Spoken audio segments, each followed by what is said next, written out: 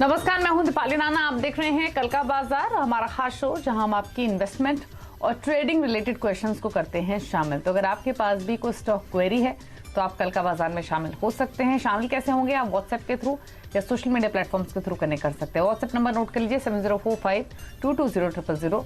साथ ही आप ये शो फेसबुक पर, ट्विटर पर लाइव भी देख सकते हैं, अपने सवाल भेज सकते हैं। शो के दौरान जो सोशल मीडिया पर हमें सवाल आते हैं उन क्वेश्चंस को हम later in this show pick करते हैं। और आज आपके सभी क्वेरीज को आंसर करने के लिए manasjaiswal.com के टेक्निकल एनालिस्ट मानस जायसवाल मौजूद हैं। लेकिन मानस का व्यू ले उससे पहले आज मार्केट में हुआ क्या, उसका एक क्विक रिकैप आपके सामने लेकर आते हैं। दरअसल संकेत ग्लोबल बाजारों से कमजोर थे, जिसके बाद भारतीय बाजारों में बिकवाली देखने को मिली। लगातार दूसरा सेशन जब मार्केट प्रेशर के साथ क्लोज हुए, सेंसेक्स 900 अंक गिरकर 58,774, निफ्टी 268 अंक गिरकर 17,490 पर बंद हुआ। बाजार में पिछले 2 महीने की सबसे बड़ी गिरावट सिंगल डे में देखने को मिली। Metal, realty, auto, bank, financial services stocks ने बाजार पर सबसे ज्यादा दबाव बनाया। इसके अलावा आईटी, फार्मा, इंफ्रा स्टॉक्स में भारी दबाव रहा। आज बीएससी के सभी सेक्टर इंडेक्स लाल निशान में बंद हुए। निफ्टी में सबसे ज्यादा पिटाई Tata steel, Tata Motors, Adani ports और एशियन पेंट्स की हुई। हालांकि इस बड़ी गिरावट के बीच आईटीसी ने आज पावर हफ्तों का नया स्तर छुआ। तो यह है फिलहाल बाजार का हाल। लेकिन एफआईएस के आंकड़े आज देखने में इंटरेस्टिंग होंगे कि क्या एफआईएस ने बिकवाली की है जब बाजार में इतना सेल ऑफ था, और आंकड़े चौंकाने वाले हैं। एफआईएस ने माल उतना नहीं बेचा है, 453 करोड़ की महज बिकवाली एफआईएस ने की है। जिस तरीके की गिरावट हावी होती हुई दिखी उसमें एफआईएस या डीआईएस का उतना पार्टिसिपेशन नहीं है। डीआईएस ने भी सिर्फ 85 करोड़ की बिकवाली की है। तो शायद पैनिक में रिटेल ने आज बिकवाली ज्यादा की है, क्योंकि एफआईएस का क्वांटम उतना बड़ा नहीं है, सिर्फ 453 करोड़ की बिकवाली का ही है। मानस हमारे साथ है। मानस नमस्कार, स्वागत है आपका। मार्केट का रिकैप भी हमने देखा, एफआईएस के आंकड़े भी, चार्ट्स आपने रीड किए ही होंगे। क्या व्यू कल के लिए? नमस्कार दीपाली जी। तो देखिए 2 दिनों में हमने अच्छा खासा करेक्शन ऊपर के लेवल से देख लिया, लेकिन इसमें कोई डाउट नहीं कि एक रिवर्सल के साइन जरूर देखने को मिले हैं चार्ट पे। और इस पे कंप्लेंट इसलिए नहीं होनी चाहिए कि रैली बहुत बड़ी थी। 15,800 से लेकर 17,900 के आसपास तक की रैली देखने को मिली। तो आई थिंक करेक्शन थोड़ा सा और डीप हो सकता है। शायद निफ्टी अपने 20 डे मूविंग एवरेज को टेस्ट करने की कोशिश करे। 17,350, 17,375 तक किस तरह आपको देखने को मिल जाए निफ्टी पे। लेकिन अगर वहां पर सपोर्ट लेगा तो फिर से आपको रिकवरी देखने को मिलेगी। तो फिलहाल के लिए कॉशियस रहिए, खरीदारी नहीं करनी है। अगर आपके पास लॉन्ग पोजीशन थोड़ा मीडियम टर्म आउटलुक के हिसाब से है तो आपको 17,300 के नीचे स्टॉप लॉस जरूर रखना है। और इस गिरावट पे अभी खरीदारी नहीं करनी है। ट्रेंड निगेटिव है, हो सकता है आपको 150-200 पॉइंट की गिरावट अभी और देखने को मिले।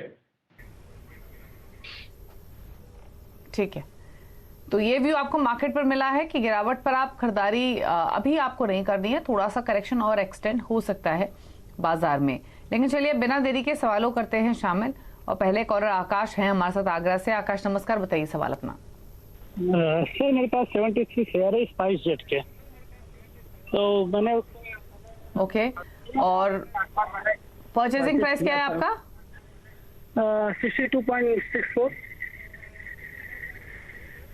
ओके, फिलहाल तो 45 रुपए पर है, तो 17 रुपए का नुकसान है आपको। मानस क्या करें स्पाइस जेट में? 62.65 की बाइंग है। देखिए अभी कुछ हफ्ते पहले हमने रिवर्सल के कुछ साइन देखे थे। एक शार्प रिकवरी देखने को मिली थी, लेकिन ऊपर के लेवल पे फिर से थोड़ा सा प्रॉफिट बुकिंग देखने को मिल रही है। मेरा समझना है कि पहला काम करना है कि आपको 44 रुपीज के नीचे स्टॉप लॉस रखना है। अगर उसके नीचे निकले तो आपको अपनी लॉन्ग पोजीशन से एग्जिट होना पड़ेगा। ऊपर की तरफ अगर ये 48 के ऊपर सस्टेन होगा तब आपको फिर से रैली रिज्यूम होती दिखेगी। और आई थिंक उस केस में आपको 56 तक के भाव देखने को मिल जाएंगे। तो फिलहाल के लिए बने रहने की सलाह है 44 के स्टॉप लॉस के साथ। ठीक है, आनंद है हमारे साथ अब। आनंद चौधरी दिल्ली से। आनंद जी गुड इवनिंग, बताइए सवाल अपना।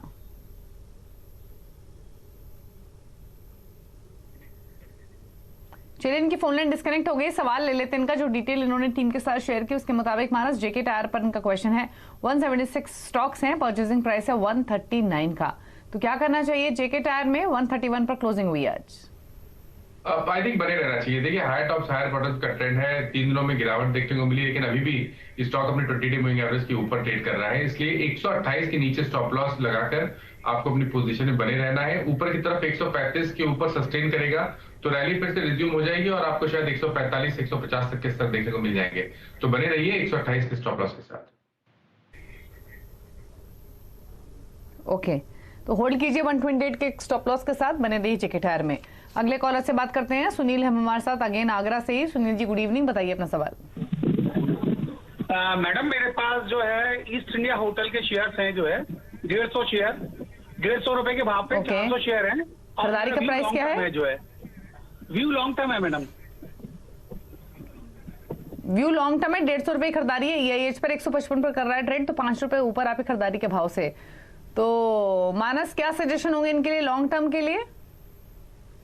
देखिए करीब पिछले एक मंथ से स्टॉक कंसोलिडेट हो रहा है। एक छोटी सी रेंज है, 148 पे सपोर्ट है, ऊपर की तरफ 158 पे रेजिस्टेंस है। इसी रेंज में स्टॉक ट्रेड कर रहा है। अंडरटोन की बात करें तो अंडरटोन या ट्रेंड अगर आप बात करें तो ट्रेंड बुलिश लगता है। कंसोलिडेशन है, अभी भी 20 डे मूविंग एवरेज के ऊपर ट्रेड कर रहा है। और देखिए एक वीक मार्केट में आज हमें लोअर लेवल पे रिकवरी देखने को मिली, इसलिए आई थिंक यहाँ पर बने रहिए। 148 का स्टॉप लॉस रखिए। एक बार ये 148 160 के ऊपर निकलेगा तब आपको 170 तक के भाव देखने को मिल जाएंगे। ओके ठीक है, तो ये सवाल है, ये जवाब है। फिलहाल देहाई पर बंद हुआ आज के सेशन में, लेकिन होल्ड करने की ही सलाह है मानस की ओर से। अगले कॉलर से कनेक्ट करते हैं। हमारे साथ हैं पीयूष बैंगलोर से। पीयूष गुड इवनिंग, बताइए सवाल। Actually, I have Tata Motor shares, 235 shares at the rate of 422 I have bought, and Tata Power 665 quantity 229. So whether to hold or for the specific period of time in future, or should I book the profit right now? ठीक है, तो Tata power 229 की आपकी buying है, 224 पर कर रहा है ट्रेड, और टाटा मोटर्स 422 की आपकी बाइंग है। तो मानस दोनों स्टॉक्स देखिए, इन्वेस्टमेंट्स हैं, टाटा पावर, टाटा मोटर्स, क्या करें? देखिए अगर इन्वेस्टमेंट का व्यू है तो मेरे हिसाब से दोनों स्टॉक में बने रहना चाहिए। टाटा मोटर्स इसलिए क्योंकि अभी भी स्टॉक अगर मीडियम टर्म चार्ट देखें तो वहां पर आपको हाई टॉप हायर बॉटम दिखेंगे। लोअर साइड पे एक बहुत ही स्ट्रॉन्ग सपोर्ट 430 रुपए के आसपास है, तो 430 के स्टॉप लॉस से मीडियम टू लॉन्ग टर्म के लिए स्टॉक में बने रहिए। मेरा समझना है कि शायद लोअर लेवल पे स्टॉक सपोर्ट लेगा और फिर से रैली रिज्यूम हो जाएगी और 500 550 रुपए के भाव आपको बहुत ही जल्द देखने को मिल जाएंगे। इसलिए स्टॉप लॉस लगाइए 430 का और टाटा मोटर्स पे बने रहिए। टाटा पावर की जहां तक बात है, देखिए टाटा पावर कंसोलिडेट हो रहा है काफी। मेरे ख्याल से पिछले करीब 5-6 हफ्ते से हम एक ही रेंज में टाटा पावर को ट्रेड होते हुए देख रहे हैं, और 215 पे एक स्ट्रॉन्ग सपोर्ट है जो कि 200 डे मूविंग एवरेज है। इसलिए 215 के स्टॉप लॉस से टाटा पावर में भी बने रहिए। 240 के लेवल्स के ऊपर जब निकलेगा तब आपको एक 270 तक के भाव देखने को मिल जाएंगे, बट फिलहाल के लिए बने रहिए। कंसोलिडेशन दिखता है, अभी भी ट्रेंड नेगेटिव नहीं दिखता है मीडियम टू लॉन्ग टर्म के लिए। ठीक है, चलिए कुछ सवाल आप ट्विटर से भी पिक कर लेते हैं। एक सवाल हमें भेजा है ओमकार पवार ने, IEX पर सवाल है मानस इनका।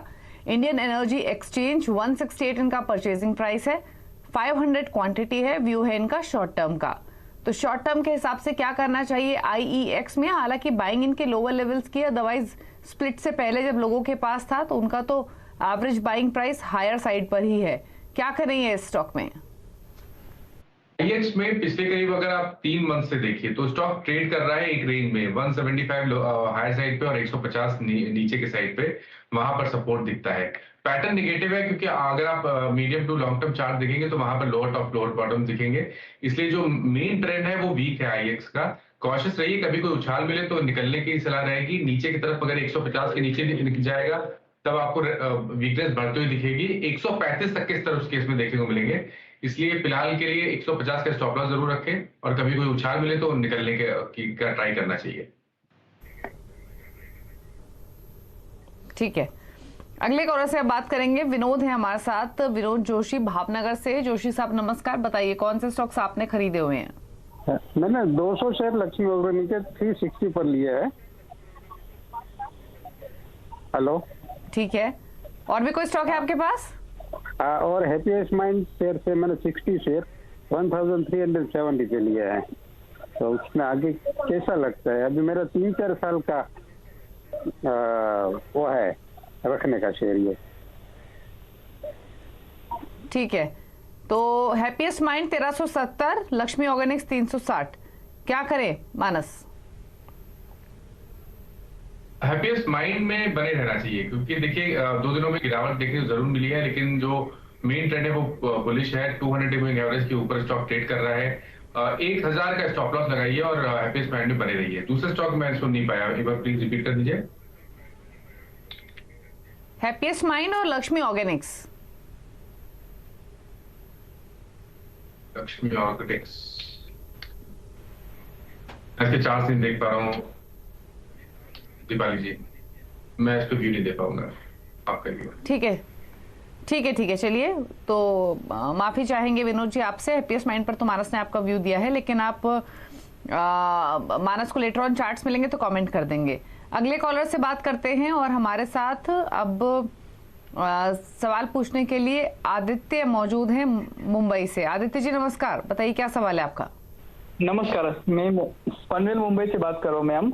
अधिक भगत दुंद्रे पनवेल।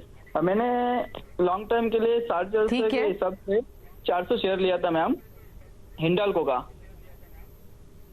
ओके ओके, 1,80,000 का। तो आपका लॉन्ग टर्म व्यू है इसमें? हाँ, लॉन्ग टर्म का इन्वेस्टमेंट है मैम। अभी मैं लॉस हुआ है, अभी उसमें 12,600 लॉस है मैम। और दिसंबर 2021 में लिया था वो शेयर। ठीक है, 400 मैंने। ठीक है, 450 की आपकी बाइंग है, 418 पर है। 31 रुपए का नुकसान है मानस। हालांकि मेटल्स ने तो काफी नुकसान दिया है उन इन्वेस्टर्स को जिन्होंने ऊपरी लेवल्स पे खरीदे। लोगों के पास हिंडाल्को 600 के भाव का भी है। अब इनके लिए क्या सजेशन है? देखिए, जितने भी मेटल काउंटर्स हैं पिछले 2 दिनों में अच्छा खासा करेक्ट हुए हैं ऊपर के स्तर से। और हिंडाल्को की जहां तक बात है, देखिए हिंडाल्को अपने 200 डे मूविंग एवरेज के ऊपर सस्टेन नहीं हो पा रहा है, तो वो एक निगेटिव पॉइंट है। अब अगर ये 20 डे मूविंग एवरेज के नीचे फिसला, 415 के नीचे गया, तब आपको और वीकनेस देखने को मिलेगी और 390 तक के भाव देखने को मिल जाएंगे।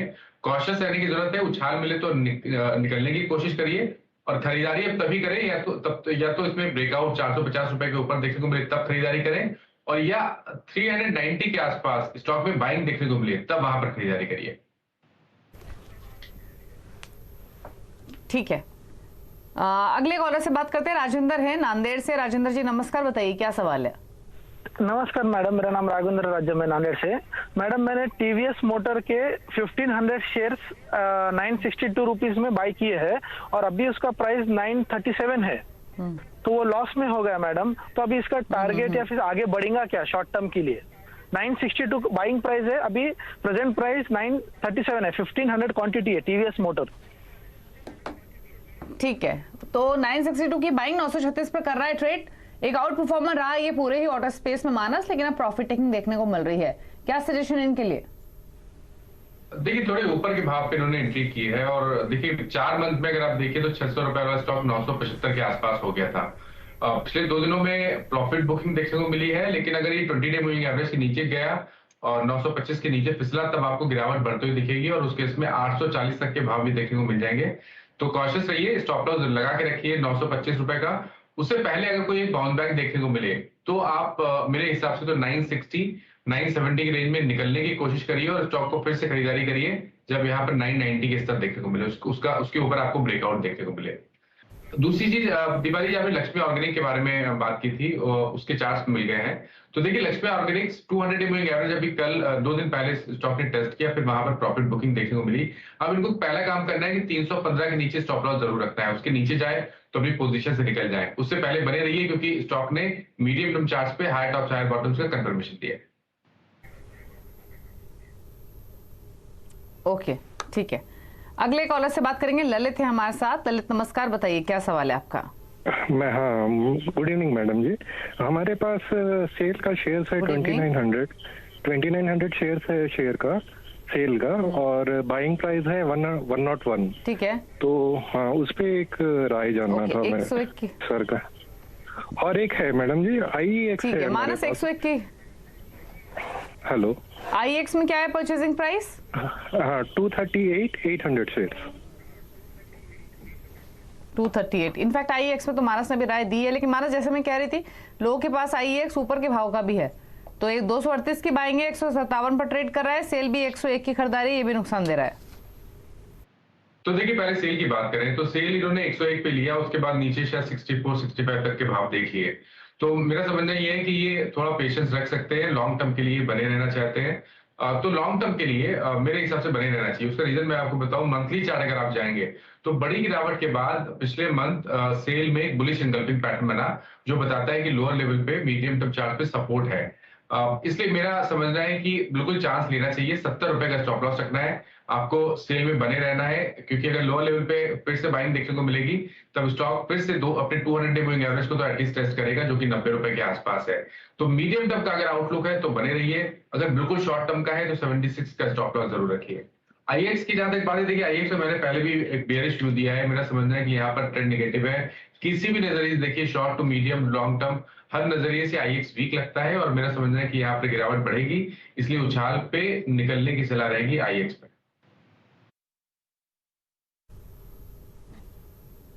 ठीक है, चलिए तो आईएक्स से तो एग्जिट करने की सलाह है, बाकी पोजीशन आप होल्ड कर सकते हैं।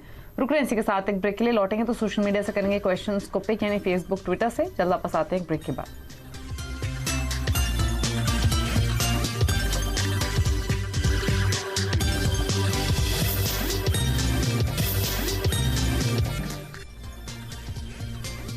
आप देख रहे हैं कल का बाजार। ट्विटर फेसबुक सब सवालों को करते हैं पिक, और एक सवाल ले लेते हैं। आशीष राठी ने एक सवाल भेजा है, मिड टर्म इनका व्यू है, एचईजी में इनकी एवरेज बाइंग प्राइस है -1345 की।